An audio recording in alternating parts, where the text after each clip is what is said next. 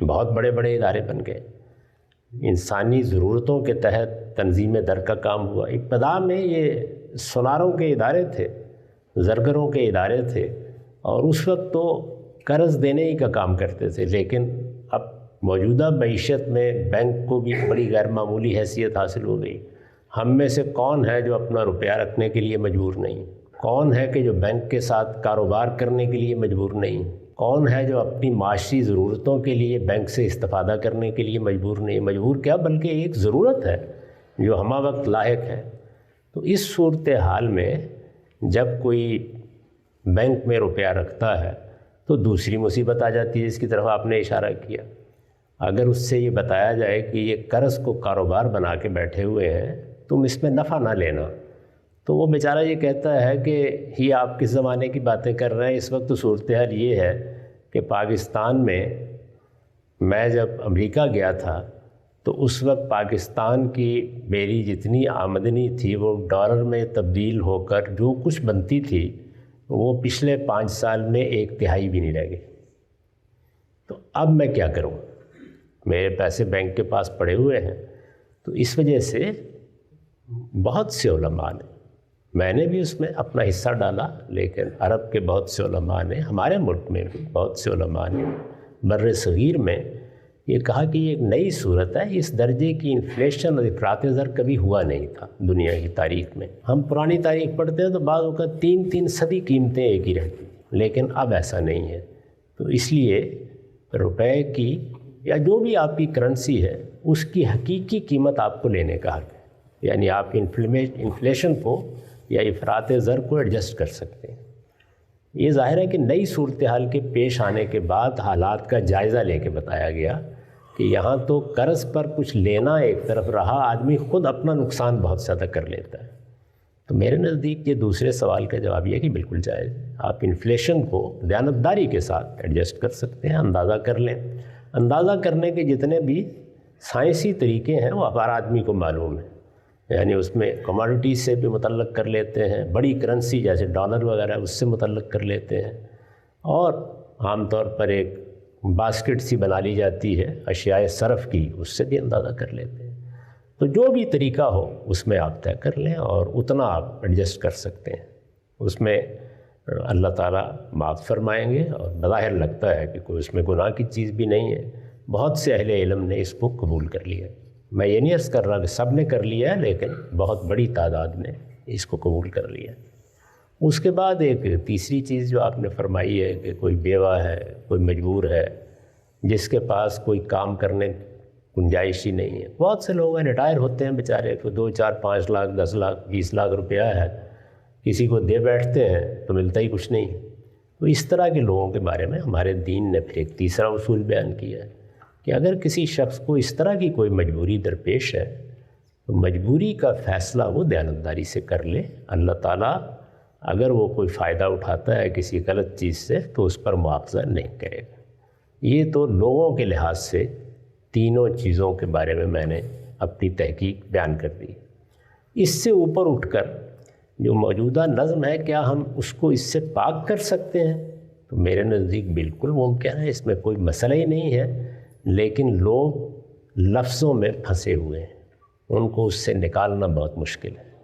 ہمارے علماء پرانی فقہ کے الفاظ میں پھنسے ہوئے ہیں، اور بینکار نئی فقہ کے جنجال میں پھنسے ہوئے ہیں۔ وہ اگر غور کر کے سننے کے لیے تیار ہو جائے تو بینکاری نظام کو سود کی علائش سے پاک کرنے کے لیے صرف 2 گھنٹے چاہیے، لیکن صحیح بات کو سننے کے لیے 1 صدی۔ یہ ہے مسئلہ۔ شکریہ۔ باقی اسی شے پر دوسرا نقطہ دیکھا جائے، بینک آپ سے جو پیسہ لیتا ہے، جس سے آپ کو انٹرسٹ دیتا ہے، وہ آگے لوگوں کو سود پہ پیسہ دیتا ہے، اور وہاں پہ اس سود کی وصولی کے جو طریقہ کار انہوں نے رکھا ہے وہ اس بندے نے جس میں بینک سے پیسہ ملا خاصی مشکلات پیدا کر دیتا ہے۔ یہ اسی طرح ایک چیز ہے جو شیکسپیئر کا وہ ہے پاؤنڈ آف فلیش۔ اگر اس وقت نظر کو سامنے رکھا جائے کہ بینک آپ کو جو پیسہ دے رہا ہے اور سے اس نے سود پرسس کے لیے مشکلات پیدا کر کے یا تو آپ کا آگے سے تو اس کو کس طرح سے دیکھا جائے؟ ایسے ہی جیسے میں نے ابھی دیکھا ہے، ایک ہی طرح دیکھا جاتا ہے چیزوں کو. یعنی یہ بتا دیا میں نے کہ جو غلطی ہے اس کی اصلاح کے لیے لوگ تیار ہو جائیں تو اصلاح ہو جائے. کتنے کاروبار ہیں جن کا تجزیہ کر کے میں بتا سکتا ہوں آپ کو کہ وہ استحصال کر رہے ہیں. کتنے بازار میں بیٹھے ہوئے لوگ ہیں جو اپنی چیزوں کے نفع میں حدود سے تجاوز کرتے ہیں. تو ایسی سب چیزوں کی اصلاح ممکن ہے. اس لیے موجودہ بینکاری نظام میں بھی جو خرابیاں ہیں ان کو دور کیا جا سکتا ہے. اس وقت جو صورتحال ہے وہ میرے اور آپ کے ہاتھ میں نہیں ہے. اس میں جو ایک عام آدمی کو ہدایت دی جا سکتی ہے وہ میں نے بیان کر دی. اور آخر میں عرض کر دیا ہے کہ وہ سننے کے لیے تیار ہو جائے نا. دونوں سننے کے لیے تیار نہیں. کیونکہ آپ پاکستان IMF سے لون لیتا ہے، انٹرسٹ دیتا ہے، ٹھیک ہے، وہ ملک کے لوگوں کے اوپر خرچ کرنے کے لیے.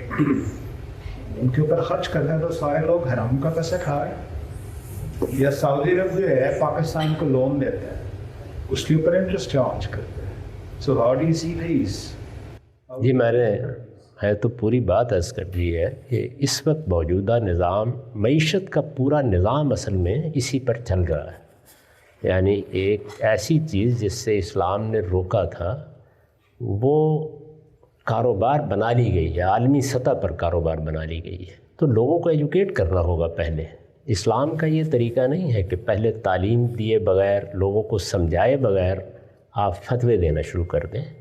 لوگ ایک صورتحال میں زندگی بسر کر رہے ہوتے ہیں. اسلام اس طریقے سے بات نہیں شروع کرتا. آپ اس کا اندازہ اس سے کر لیجئے کہ قرآن مجید جب نازل ہوا تو لوگ ماں سے نکاح کر لیتے تھے.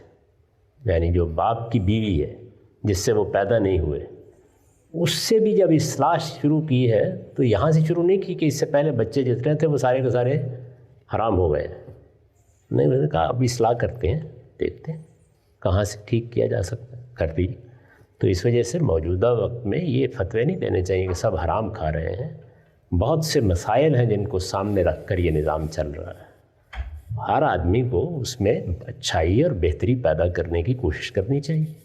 میں نے اس کے اصول بتا دی کہ ایک عام آدمی جب یہ صورتحال ایسی ہے تو کیا کرے، اور اصلاح اگر کرنی ہے تو اس میں کوئی زیادہ وقت نہیں چاہیے، صرف ذرا تھوڑا سا تعصبات سے بالاتر ہو کر بات سننے کی ضرورت ہے. وہ کوئی سننے کے لیے تیار نہیں. سر اس میں ایک گزارش یہ ہے کہ جیسے آپ نے ایکسپلین کیا شروع میں کہ قرض پہ منفعت کا مطالبہ غلط ہے، جو کہ اسلام ٹپیکلی کہہ رہا ہے کہ یہ سود ہے.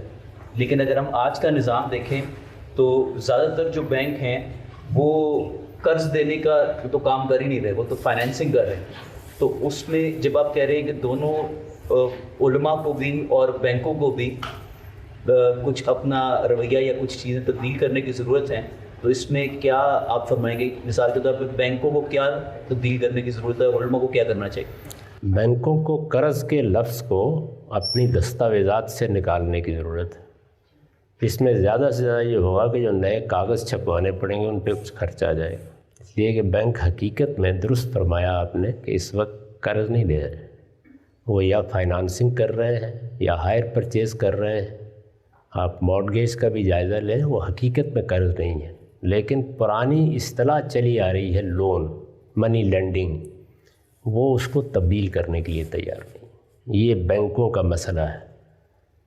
مان لیتے ہیں آپ گفتگو کریں تو سمجھ میں بھی ان کی آ جاتی، لیکن انسان روایت کا اسیر ہوتا ہے، آسانی سے قبول نہیں کرتے. دوسری چیز کیا ہے؟ دوسری چیز یہ ہے کہ انہیں اب یہ بتایا جاتا ہے کہ آپ اصلاً تو فائنانسنگ کر رہے ہیں یا اصلاً ہائر پرچیز کر رہے ہیں، لیکن آپ اسے لون کہتے ہیں تو لون کی تفصیلات سے آپ بعض غلط مطالبے بھی کرتے ہیں. وہ متعین کر کے بتا دیے جاتے ہیں کہ دیکھیے یہ مطالبہ آپ پھر نہیں کریں گے. وہ اتنی سی اصلاح کرنے کے لیے بھی تیار نہیں، اس سے کوئی قیامت نہیں آنی. یہ دو مسئلے بینکاروں کی طرف ہے. ہمارا جو پرانا علم ہے، ہمارے فقہا ہیں، ہمارے علماء ہیں، انہوں نے ایک زمانے میں کاروبار کرنے کے کچھ قاعدے اصول بنائے تھے. آج سے کوئی 1000 سال پہلے، 700 سال پہلے، اس کو فقہ کہا جاتا ہے. اس فقہ میں یہ بتایا گیا ہے کہ مزاربت یہ ہوتی ہے، شراکت یہ ہوتی ہے، مرابہ یہ ہوتا ہے۔ ان کی خدمت میں عرض کیا جاتا ہے کہ یہ اس وقت کی ضروریات کے لحاظ سے اصطلاحات وجود میں آئی تھیں اور یہ کاروبار کے موڈز بھی وجود میں آئے تھے۔ تو آپ ان سے نکل کے اب موجودہ کاروباری حالات کو سمجھیے۔ مثال کے طور پر یہ بات کہ آپ اگر سلیپنگ پارٹنر ہیں اور کسی کو روپیہ دے دیتے ہیں، وہ اپنے کاروبار میں آپ کا روپیہ لگا لے، تو آپ کو نقصان میں شریک ہونا پڑے گا۔ یہ کہا جاتا ہے نا، یہ کوئی شریعت کا حکم نہیں ہے، یہ ایک زبانے کی ٹرانزیکشن کے بارے میں ہمارے فقہاء کی رائے ہے۔ اس پہ نظر ثانی کرنی چاہیے۔ میں اس کے خلاف بہت سے دلائل دے سکتا ہوں کہ اس کی کوئی بنیاد نہیں، اور بلکہ یہ بے انصافی کو جنم دیتی ہے۔ اس کے نتیجے میں ہزاروں لوگ جو انہی آپ کے ملکوں میں آئے اور 60 کی 70 کی دہائی میں وہ بیچارے گئے، ہر آدمی نے ان کے پاس آ کے اچھا تم 50 لاکھ کما کے آئے ہو، تم 10 لاکھ کما کے لائے، ہمارے کاروبار میں تو بس ایک مرتبہ اگر 10 لاکھ روپے انویسٹ کر دو تو منافع 40%، 20%، اور وہ ہاتھ جاڑ کے فارغ ہو گئے، ختم ہو گئے۔ تو اس طرح کی وہ چیزیں جو ہمارے فقہاء علماء نے 700-800 سال پہلے اس وقت کے کاروباری حالات کو دیکھ کر طے کی تھیں، ان پر جب انہیں کہا جاتا ہے کہ نظر ثانی کر لیں تو وہ نظر ثانی کرنے کے لیے تیار نہیں ہوتے۔ تو یہ مسئلہ ہے، اس کو میں نے 2 لفظوں میں بیان کیا تھا کہ لوگ اپنی پوزیشن کو چھوڑنے کے لیے تیار نہیں، چھوڑنے کے لیے تیار ہو جائے 2 گھنٹے کی بات۔